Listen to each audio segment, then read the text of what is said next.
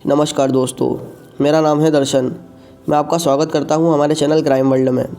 आज हम आपको जो सच्ची घटना सुनाने जा रहे हैं, जिसे सुनकर आपका दिल दहल उठेगा कि किस तरह एक 16 साल के बच्चे कुशागर का पहले तो किडनैप किया, फिर उसका कत्ल कर दिया गया।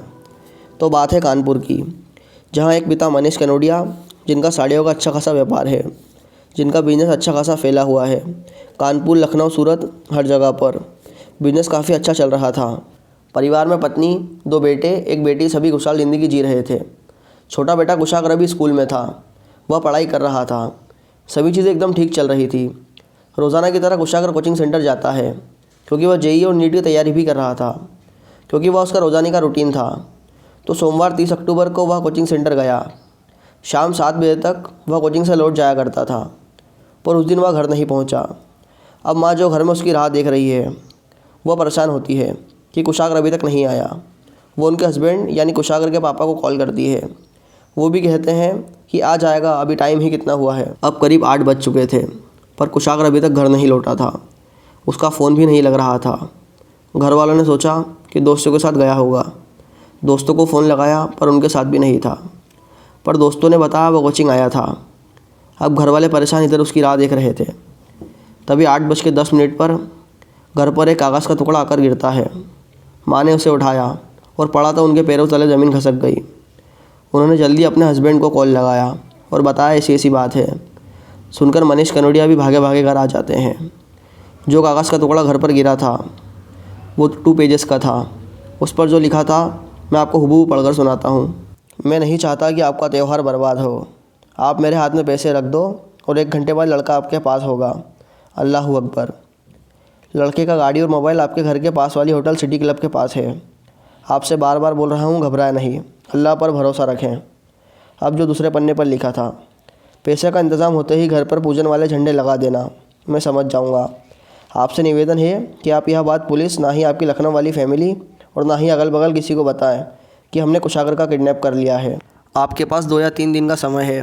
आप जल्दी से 30 लाख रुपए का इंतज़ाम कर लो, और अगर ये बात कहीं फैली तो उसके ज़िम्मेदार आप होंगे। पैसे देने के ठीक 1 घंटे बाद बच्चा आपके पास देखो। पैसे लेकर ठीक रात को 2 बजे कोका कोला चौराहे पर मिलो। मैं पैसे लेने आऊँगा, और कोई भी होशियारी हुई तो उसके ज़िम्मेदार आप स्वयं होंगे। आप बिल्कुल घबराए नहीं, आपका लड़का सही सलामत घर पहुंच जाएगा। उसकी ज़िम्मेदारी अब आपके ऊपर है। अब ये साफ था कि कुशागर घर क्यों नहीं आया है। किडनैप हो चुका था वो, और किडनैपर ने रैंसम का ये लेटर भी भेजा था। अब सवाल था कि ये लेटर किसने फेंका। 30 लाख रुपए भी मांग रहा है और धमकी भी दे रहा है, अगर पुलिस को बताया तो बच्चे को मार देंगे। अब पूरी फैमिली बैठी, माँ बाप सभी, और उन्होंने एक समझदारी का फ़ैसला लिया। चूँकि अभी ज़्यादा देर नहीं हुई थी, तो करीब 8:30 पर, मतलब 20 मिनट बाद, उन्होंने पुलिस को फ़ोन लगा दिया। तुरंत ही जो लोकल पुलिस थी वो मौके पर पहुंचती है, और 1 घंटे बाद आला पुलिस ऑफिसर, मतलब माइनर कमिश्नर मनीष कनोडिया के घर पहुंच जाते हैं। वो कुशागर के डेली रूटीन के बारे में पूछते हैं कि वह कोचिंग कहाँ जाता है, और यही सभी बातें। और फिर कुशागर की तलाश में जुट जाते हैं। एक टीम ट्यूशन सेंटर भी जाती है और पता करती है। पता चलता है कि वहाँ कोचिंग आया था। वो वहाँ के सीसीटीवी फुटेज देखती है, तो उन्हें पता चलता है कि कुशागर वहाँ से स्कूटी से बाहर निकलता है। आगे जाकर वह स्कूटी रोकता है तो देखता है एक शख्स जो उससे लिफ्ट मांगता है, और उसने हेलमेट भी पहना हुआ था। वह गाड़ी के पीछे बैठकर कुशागर के साथ चला जाता है। अब उस रास्ते के सभी सीसीटीवी फुटेज को पुलिस ने खंगालना शुरू किया, क्योंकि उन्हें पता था कि कोचिंग के घर तक के रूट में कहाँ कहाँ कैमरे लगे हैं। एक कैमरे में दिखाई देता है कि 4:33 पर एक शख्स जो आगे आगे चलता है और कुशागर उसके पीछे पीछे आता है। और एक कैमरा कैद करता है कि एक घर है, उसमें वह लड़का और कुशागर दोनों एंटर करते हुए दिखाई देते हैं। पुलिस ने और आगे के कैमरे खंगाले तो देखा कि घर के अंदर जाते वक्त 4:33 हुए थे। अब उस घर में कोई आ रहा था न जा रहा था। लेकिन फिर 5:12 पर वही लड़का घर से बाहर आता है, और कुशागर घर में ही रहता है। वह बाहर आता हुआ नहीं दिखाई देता है। फिर 6:50 पर एक कैमरे के ज़रिए पता चलता है कि एक शख्स जो कुशागर की स्कूटी को सिटी क्लब के पास पार्किंग में लगाकर निकल गया। अब जब सारे सीसीटीवी फुटेज मिल गए थे, उस घर का भी पता चल गया था जहाँ से कुशागर बाहर नहीं आया था। पुलिस फ़ौरन उस घर में जाती है, और जैसे ही उन्होंने गेट खोला, एक छोटा सा कमरा निकलता है। फिर जो पुलिस ने देखा, उनके पैरों तले ज़मीन खसक गई। उन्होंने देखा कि कुशागर के हाथ पैर रस्सी से बंधे हुए थे, और गले में भी उसकी एक रस्सी बुरी तरह जकड़ी हुई थी, और फर्श पर उसकी लाश पड़ी हुई थी। फिर पुलिस ने उसे हॉस्पिटल पहुंचा दिया। अब पुलिस यह पता करने में जुट जाती है कि यह घर किसका है।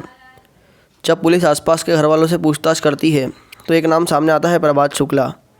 अब जब कुशागर की फैमिली से प्रभात के बारे में पूछा जाता है तो उन्होंने बताया है कि हम प्रभात को जानते हैं। प्रभात कुशागर की ट्यूशन टीचर रचिता के दोस्त हैं। अब एक तरफ पुलिस प्रभात के घर जाती है और दोनों को गिरफ्तार कर लेती है। तब करीब 11 बज रहे थे।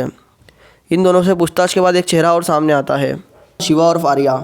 इसका घर ठीक कुशागर के घर के पास था, जिसने कुशागर के घर पर चिट्ठी फेंकी थी। रात 11 बजे तक किडनैपिंग से लेकर कत्ल तक की सारी पोटली सुलझ चुकी थी। पर यह सब हुआ क्यों था? क्यों एक 16 साल के बच्चे को किडनैप किया, फिर उसका कत्ल कर दिया गया, जबकि रैंसम लेटर लिखने से पहले ही उसका कत्ल कर दिया था। अब बात यह थी कि किडनैपिंग की वजह सिर्फ रैंसम यानी फिरौती थी कि वजह कुछ और थी। इसमें प्रभात का क्या रोल था?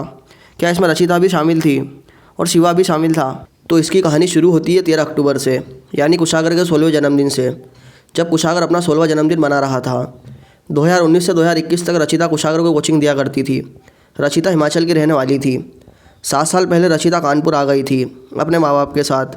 भाई वही हिमाचल में थे। अब होता यूँ है कि रचिता के पापा की मौत हो जाती है तो वो अपनी माँ के साथ एक किराए के घर पर रहने लग जाती है, जो घर था प्रभात शुक्ला का। किराए से रहने के दरमियान होता यूँ है कि रचिता और प्रभात को एक दूसरे से प्यार हो जाता है।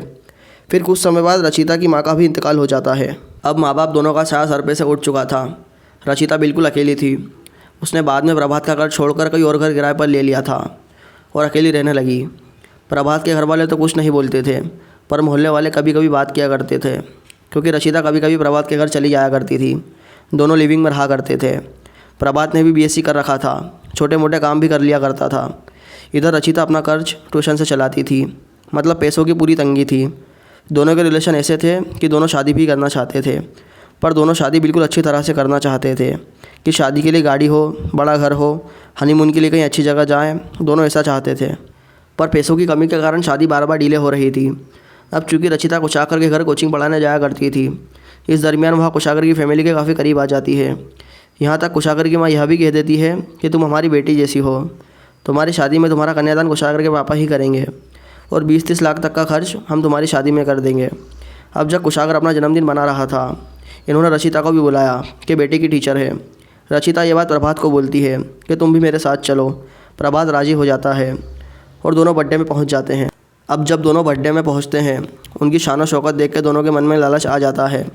अब रचिता और प्रभात सोचते हैं कि एक परिवार सक्षम है, कुशागर इनका इतना लाडला है, क्यों ना इसे किडनैप कर लें और 30 लाख इनसे मांग लें, क्योंकि 30 लाख रुपए इनके लिए कोई बड़ी बात नहीं है। दोनों वहीं से कुशागर की किडनैपिंग का प्लान बनाते हैं। अब जहाँ तक रचिता को पता था, किडनैपिंग करेंगे तो 30 लाख रुपए मिल जाएंगे, बस यही पता था उसे। पर प्रभात के दिमाग में कुछ और चल रहा था। वो सोचता था कि कोचिंग पढ़ाने के दौरान कुशागर और रचिता काफ़ी करीब आ गए हैं, पर कुशागर एक 16 साल का बच्चा था और रचिता 25 साल की। उम्र का भी फासला था। अब इधर प्रभात कुशागर से नफरत सी करता था। उसने सोचा किडनैप भी करूँगा और बदला भी ले लूँगा। तो प्रभात ने अपने एक दोस्त जिसका नाम शिवा है, उसे इस प्लान में शामिल किया। शिवा कुशागर के घर के पास में ही रहा करता था ताकि वह घर की इन्फॉर्मेशन बताते रहे। अब इन्होंने कुशागर के कोचिंग जाने तक के सारे रास्ते का पूरा मुआयजा लिया। कहाँ जाता है, कितनी बजे जाता है, सब पता किया। क्योंकि प्रभात कुशागर के बर्थडे पर आया था तो कुशागर भी उसे जानता था, इसलिए पहले ही छुट्टी के कुछ देर पहले कोचिंग के बाहर रास्ते में जाकर खड़ा हो गया। जैसे ही कुशागर बाहर आया घर जाने के लिए, रास्ते में उसने उससे लिफ्ट ले ली कि मुझे भी घर तक छोड़ दो। कुशागर ने भी हाँ कर दिया, क्योंकि वह उसे पहले से जानता था। कुशागर उसे घर तक ले गया तो प्रभात ने कहा कमरा भी देख लो। कुशागर इन सभी बातों से बेखबर अंदर चला गया। जैसे ही वह अंदर गया, उसने उस पर हमला कर दिया। रस्सी से उसका गला घुटना शुरू कर दिया। थोड़ी देर में कुशागर की मौत हो गई। फिर उसके हाथ पैर बांधे। फिर 4:33 पर ये घर के अंदर गए थे और 5:12 पर प्रभात कमरे से बाहर आया। फिर रात में इसने शिवा को मैसेज किया कि काम हो गया, तू रैंसम लेटर घर पर फेंक दे। शिवा लेटर रात में मौका देखकर घर में फेंकता है और वहाँ से चला जाता है। तो दोस्तों, ये थी आज की कहानी कि किस तरह एक 16 साल के लड़के की किडनैपिंग की, फिर उसकी हत्या को अंजाम दिया गया। अगर आपको हमारी वीडियो अच्छी लगी तो वीडियो को लाइक ज़रूर करें और हमारे चैनल क्राइम वर्ल्ड को सब्सक्राइब ज़रूर करें। धन्यवाद।